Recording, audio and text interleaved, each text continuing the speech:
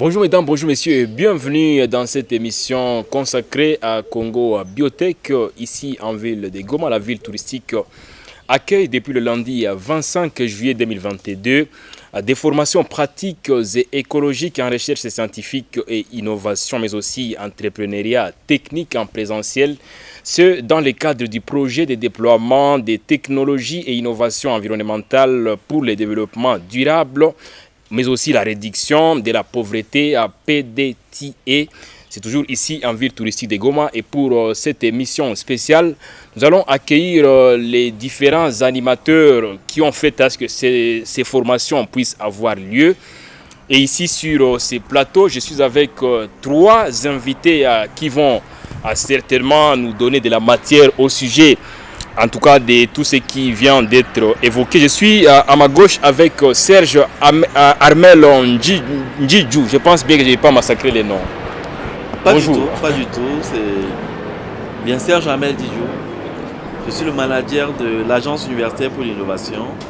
C'est une structure au Cameroun qui se présente comme un courtier d'innovation et plus concrètement comme un pont entre la recherche et le marché. J'ai eu le privilège d'animer l'atelier sur l'innovation. Il était question de voir avec des jeunes comment est-ce qu'en situation d'innovation, ils peuvent dépasser les pesanteurs qu'on peut avoir dans notre environnement pour donner d'autres perspectives à leur localité et à leurs concitoyens. Vous venez du Cameroun? Je viens du Cameroun, effectivement. Merci beaucoup. Et à ma droite, je suis avec l'ingénieur Arsène Tamousig. Bonjour, ingénieur. Bonjour. Vous êtes en tout cas l'homme fort des biotech par rapport à ces différentes formations. Veuillez également placer un petit mot d'entrée des jeux par rapport à la fonction exacte que vous occupez au sein des Congo Biotech, mais aussi par rapport à ces projets et à ces différentes formations. Alors, je suis le directeur du département recherche, technologie et innovation de Congo Biotech. Congo Biotech, c'est une jeune société spécialisée en ingénierie biologique qui a été créée à la base des recherches universitaires de chercheurs dont je fais partie de l'université de Goma et qui a tout de suite réuni d'autres chercheurs. Notre comité scientifique compte 15 chercheurs seniors de PhD qui sont récoltés de gauche à droite en Afrique dans des universités au Cameroun, au Sénégal, au Mali, au Botswana, en RCA, en Congo-Brazza, en Algérie, au Burundi, au Rwanda, en RDC. Et des chercheurs juniors, des jeunes chercheurs comme moi. Et à côté des praticiens, parce que la conception, c'est qu'on travaille sur des innovations qui est une perspective de valorisation claire. On fait une innovation, on fait une recherche en ayant à l'esprit la finalité. Pour qui est-ce qu'on l'a fait, à quel problème concret ça répond et qui va l'utiliser. Alors, déjà, c'est la matière. On est à l'étape de présentation. On va entrer dans les vifs déjà dans les prochaines minutes. Alors, permettez on a eu la grâce d'avoir le partenariat avec l'Institut de la francophonie pour le développement durable pour coordonner pédagogiquement ces formations en RDC. Vous l'avez dit, des formations en recherche scientifique, innovation technologique et entrepreneuriat écologique. Une formation à Goma cette année, une formation à Kinshasa les mois prochains et 2 formations à Lubumbashi et à Kisangani l'année prochaine. Merci beaucoup Arsène Tamousig. Vous êtes ingénieur, vous vous êtes présenté. Si vous êtes excentré par rapport à moi, si vous êtes centré, lui il est excentré, c'est Eleter Mvunda. Je n'ai pas massacré les noms. Bonjour. Bonjour monsieur, effectivement je suis Eleter Mvunda. Je suis le responsable administratif et financier du projet de déploiement des technologies et innovations environnementales pour la République démocratique du Congo. Et ici, à Goma, je représente mon projet. Et au même moment, nous représentons aussi l'autorité institutionnelle du projet qui est l'Université Congo, ici en République démocratique du Congo. Et notre autorité qui supervise le projet, c'est l'Institut de la francophonie pour le développement durable. C'est à ce titre que je me retrouve à Goma pour suivre l'activité de la formation que nous avons planifiée ici. Si Arsène de Goma, vous ne l'êtes pas forcément. Vous venez d'où? s'il vous plaît? Je viens de Kinshasa. C'est là où se trouve le bureau national du projet de déploiement des technologies et innovations environnementales. Les décors étant plantés, mesdames et messieurs, on va déjà entrer dans le vif de la matière pour cette émission spéciale sur Mtetezi TV. Ces formations, en tout cas, rentrent dans le cadre d'un projet qu'on a pu annoncer initialement, mais aussi il faut quand même dire que parmi les sous-thématiques, il y a celle relative aux déchets et énergie durable. Je vais commencer avec Arsène Tamousige, monsieur l'ingénieur. La ville touristique de Goma accueille une série de formations. C'est pour le bien de quel type de personnes, quelle catégorie de personnes exactement? Ces formations s'intéressent et sont faites pour des jeunes scientifiques, techniciens, ingénieurs et praticiens qui s'intéressent au développement des innovations et des entreprises écologiques dans la thématique déchets et énergie durable. Exactement, vous venez répondre à quel besoin de la société à coup sûr? Les besoins, c'est celui du déficit de la recherche scientifique et de l'innovation technologique dans les milieux de jeunes en Afrique centrale et dans les bassins du Congo, qui est le champ géographique auquel s'intéressent les projets. Et l'autre volet du défi, c'est le déficit en entreprise basée sur la recherche scientifique et l'innovation technologique.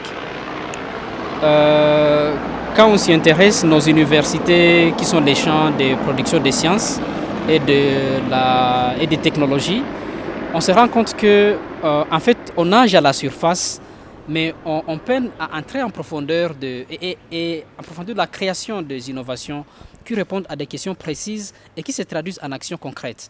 Et quand on s'intéresse aussi aux initiatives d'entreprises existantes, on se rend compte que soit les liens entre ces initiatives-là de promotion des innovations et de la production, de la vente, ne sont pas directement en lien ou souvent pas du tout avec les universités et les centres de recherche qui sont censés produire les innovations. C'est là que se pose le problème auquel s'intéressent ces formations. Merci beaucoup. Et les termes en Vunda, comme vous êtes présenté, c'est beaucoup plus dans le cadre du projet APDTE, ici en ville de Goma. C'est pour la première fois que la ville touristique de Goma accueille, en tout cas, cette série de formations. D'abord, quelles sont vos impressions par rapport à la façon dont les choses se passent du début jusqu'à l'heure où nous sommes? Je vous dirais que les impressions sont bonnes. Et nous avons pratiquement tous les apprenants. Les uns sont venus de la République du Burundi, de la République du Rwanda et les autres ici de la RDC, mais spécialement des autres provinces. Nous avons les provinces de Kinshasa, nous avons les provinces de la Chopo, nous avons les provinces du Sud Kivu.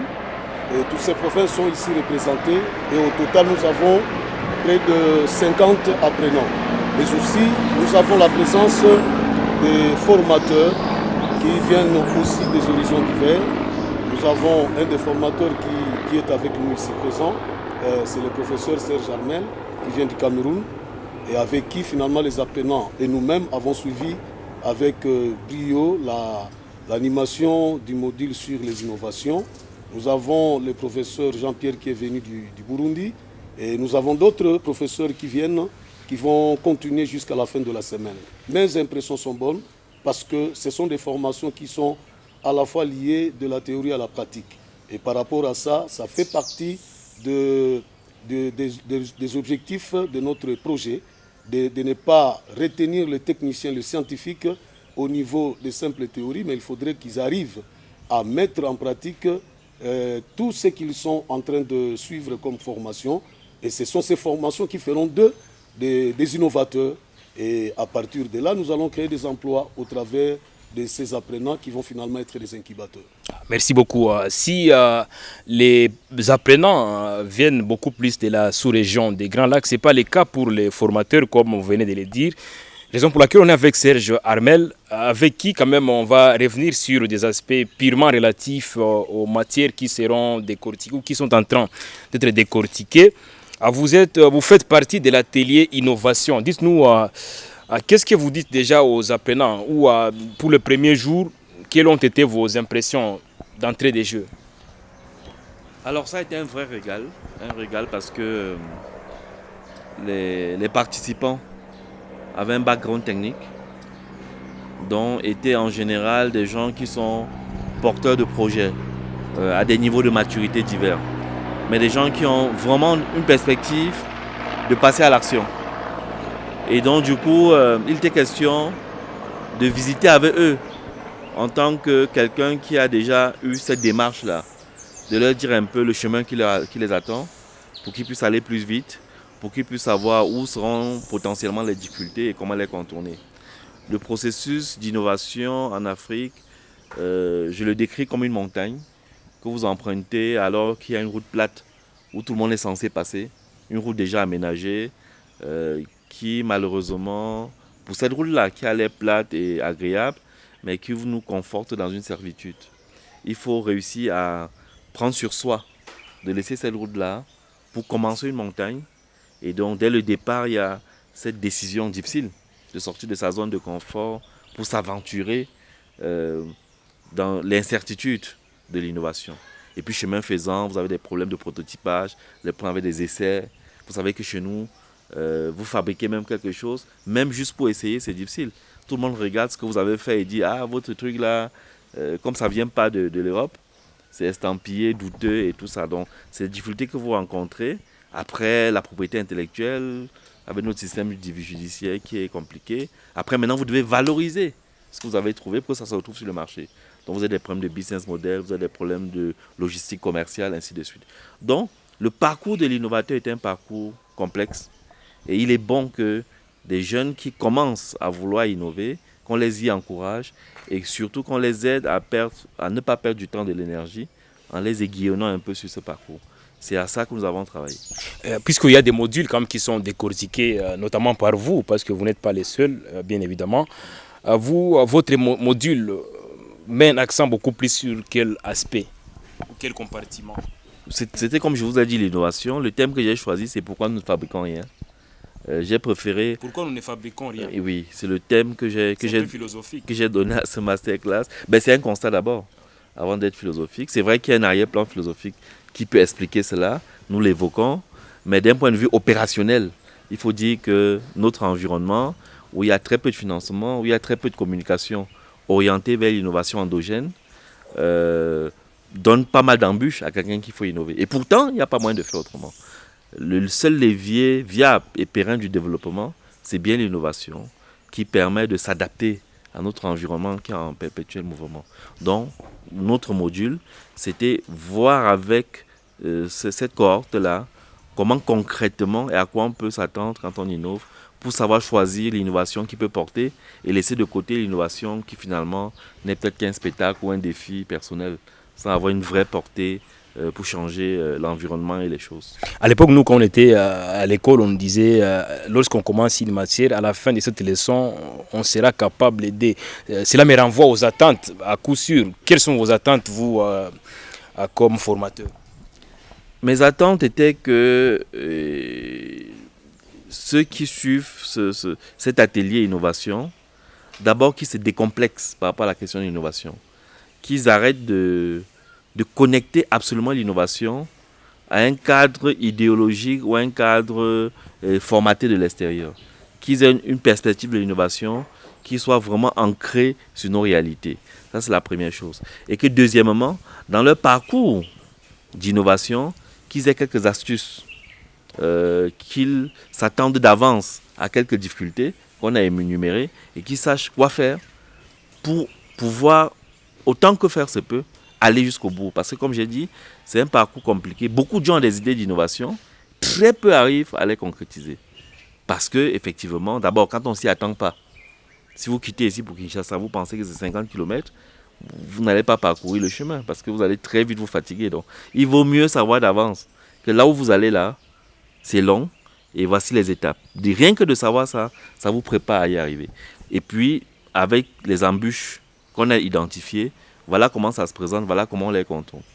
Voilà, j'espère, puisqu'en fin d'atelier, on a eu une restitution où j'ai pu quand même mesurer que les apprenants ont pu évaluer des projets avec beaucoup de pertinence. Merci beaucoup. On va revenir vers vous certainement. Arsène, ingénieur, on revient vers vous. Cette fois, on va aller dans la cuisine des Congo Biotech. Comment ça s'est passé, surtout avant qu'on puisse aboutir à cette étape de formation? Qu'est-ce qui a précédé? Alors, nous avons procédé, après que les projets soient établis, des projets de formation par nos partenaires de l'UFDD et des partenaires encore un peu plus hautement placés, à savoir l'Université Congo et d'Africa, Ingénierie sans frontières, qui sont des partenaires de mise en œuvre de ces projets aux côtés de l'UFDD, et aussi l'OACP, les Fonds OACP pour l'innovation et l'Union européenne qui soutiennent financièrement le projet. Donc on a procédé par une sélection de ceux qui allaient en bénéficier en RDC, au Cameroun et en Haïti. Ils ont été sélectionnés sur des bases suffisamment lucides pour qu'on sait qu'on a des jeunes qui ont des projets et qui sont engagés véritablement dans les champs de la production, dans les champs du savoir, dans les champs de l'environnement.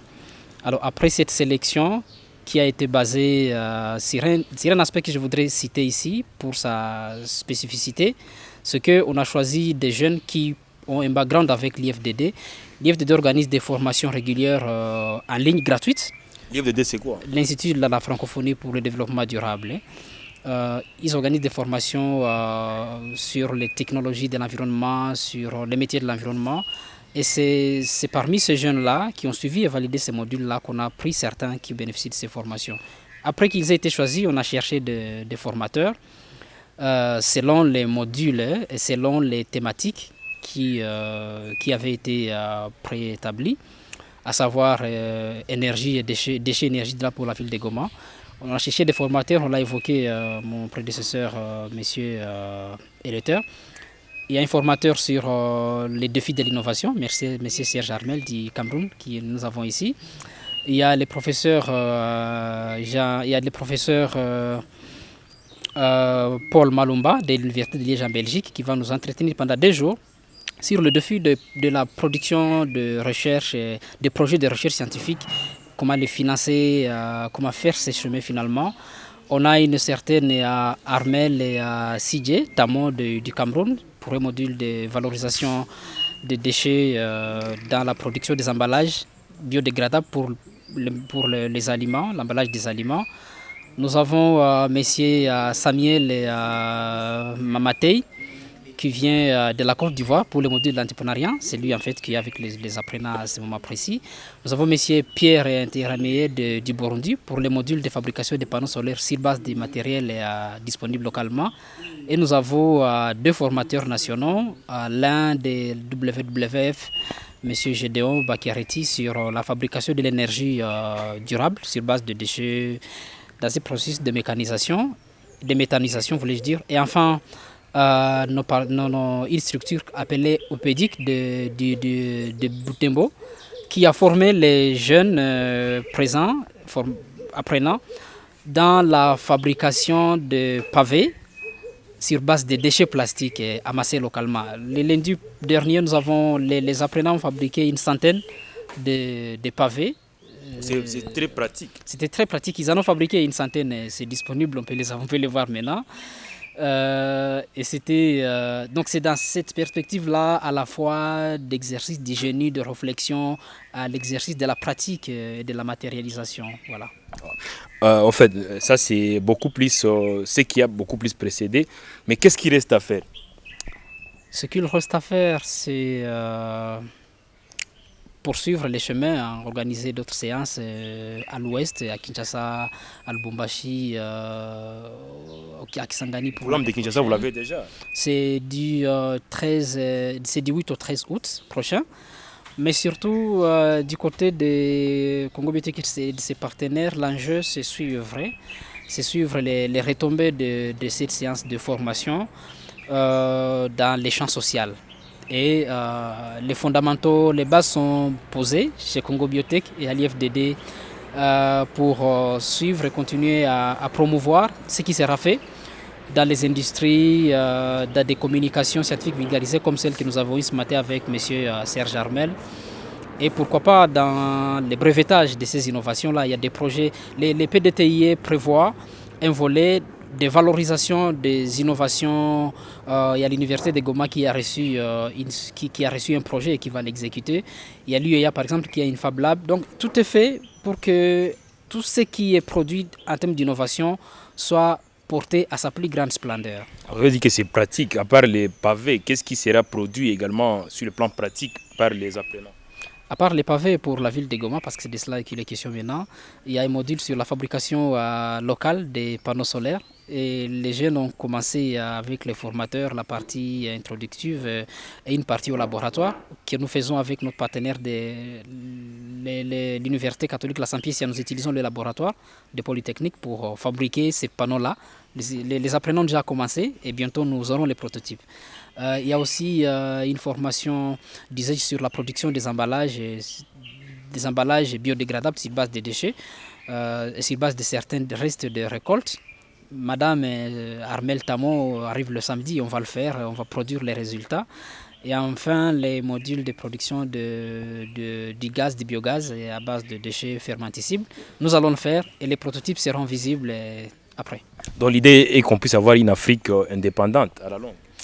Une Afrique qui produit pour elle-même et pour le monde, quantitativement et surtout qualitativement. Merci beaucoup.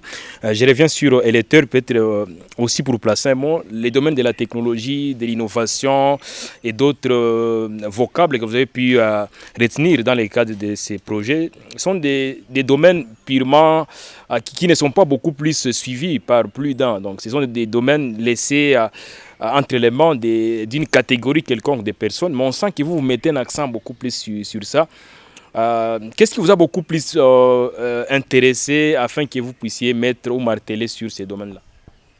Oui, merci beaucoup. Je pense que dans ces domaines, ce qui nous a intéressé, c'est que nous sommes dans les enjeux du développement durable. Et dans les enjeux du développement durable, comme tu le sais, la protection de l'environnement devient un défi pour toutes les nations.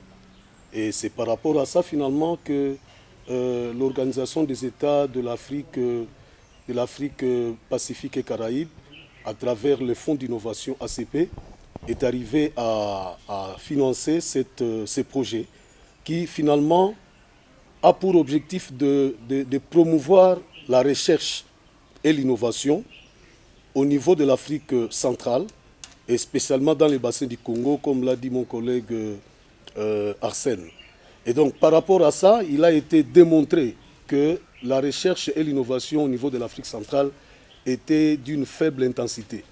Alors qu'il y a des scientifiques qui sont là, qui sont disposés à travailler dans ces domaines afin de produire des solutions qui doivent être appliquées par les acteurs de l'environnement. Et c'est par rapport à ces déficits que finalement notre projet a été conçu afin de résoudre cette équation. Et aujourd'hui, nous sommes, laisse-moi vous dire, nous sommes ragaillardis pour cette première formation qui s'est faite ici à Goma, parce que c'est l'un de nos objectifs, c'est l'un des résultats que nous voulons atteindre, c'est que 800 scientifiques, ingénieurs techniciens, ici en RDC et au Cameroun, qui doivent être formés en des techniques de l'innovation et qui doivent produire finalement des solutions dans les domaines de l'environnement. Voilà un peu ce qui nous a poussé à entrer dans ces domaines, c'est juste à cause de son déficit. Et aujourd'hui, nous sommes fiers de ce qui se passe ici à Goma, car nous sommes en train de relever les défis. Et vous pensez, c'est quoi le secret de votre réussite? Parce que vous, implicitement, vous dites que vous êtes sur une bonne lancée. C'est quoi le secret? Non, le secret de notre réussite, c'est que à travers toutes ces formations que des éminents animateurs ou éminents formateurs sont en train de réaliser sur le terrain, je pense qu'ils sont en train de déposer une richesse dans la vie de tous ces scientifiques qui sont nos apprenants. Et c'est eux qui vont devenir des ambassadeurs, qui vont reproduire finalement les différentes formations afin de proposer à notre nation ou à toutes les deux nations du bassin du Congo des solutions appropriées dans les domaines de l'environnement. Et pour nous, je pense que nous sommes inscrits, comme je l'ai dit au départ, dans le processus du développement durable et je pense que nous sommes dans le bon par rapport à ce que nous sommes en train de réaliser. Merci beaucoup, très cher Serge Armel. Je vous épargne certainement d'une étude comparée entre l'Afrique et l'Europe ou des continents un peu développés, s'il faut le dire ainsi. Mais est-ce que vous pensez qu'au niveau africain, il y a des gens capables de faire mieux, surtout dans le cadre d'innovation, dans le cadre de technologie? Je pense que chacun est bien là où il est né. C'est pas une étude. L'étude comparative d'ailleurs serait biaisée. C'est difficile de trouver des critères universels parce que finalement, ce qu'on recherche, c'est le bien-être. Et le bien-être des hommes dépend de tellement de choses différentes liées à leur civilisation, liées à leur culture, que peut-être le problème, c'est même cette comparaison. Cette comparaison qui nous aspire vers des modèles qui ne sont pas porteurs pour nous. On a notre environnement, on a notre contexte, on doit le faire évoluer. On doit le faire évoluer pour le bien-être du maximum. Ça signifie des innovations de résilience, ça signifie des initiatives qui changent l'ingénierie sociale, ça signifie des objets nouveaux pour faire des choses qu'on faisait peut-être mécaniquement, de manière motorisée, plus automatique. Ça signifie même intellectuellement un autre rapport aux choses qu'il faut construire avec des concepts qui nous sont propres. Merci beaucoup. Puisqu'on est à la fin ou presque de cette émission, quel est votre mot d'honneur à lancer à tous ceux qui nous suivent au sujet de ces différentes formations, mais aussi au sujet de ces projets?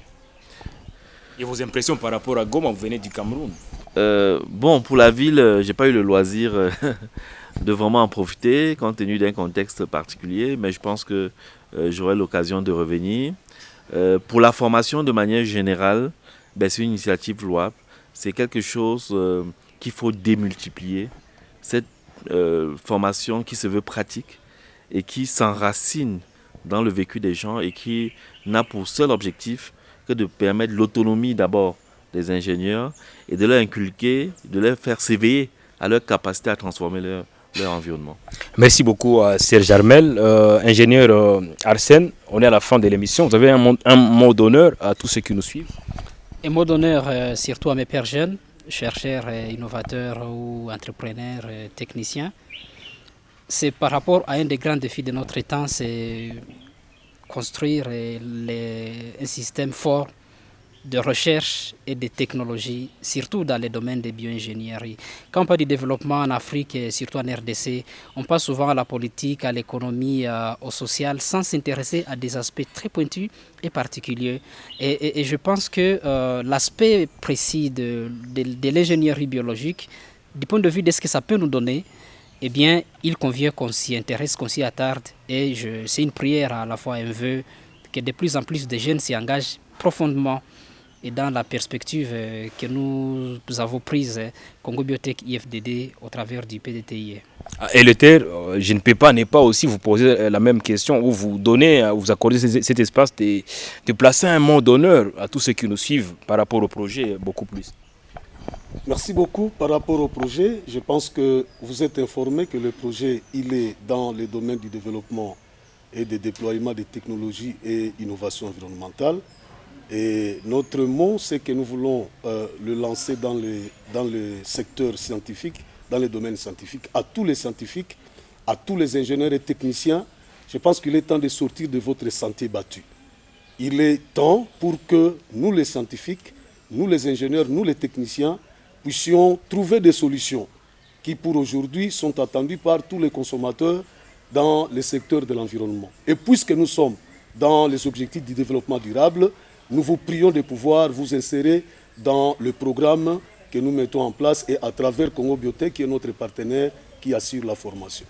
Que dire si ce n'est que vous remercier, chers messieurs, d'avoir brillamment participé à cette émission. On espère bien que tous ceux qui nous ont suivis ont été édifiés par vos argumentaires qui ont été soutenus et bien fondés. On est à la fin de cette émission de Congo Biotech sur TTZ TV, ici en ville touristique de Goma.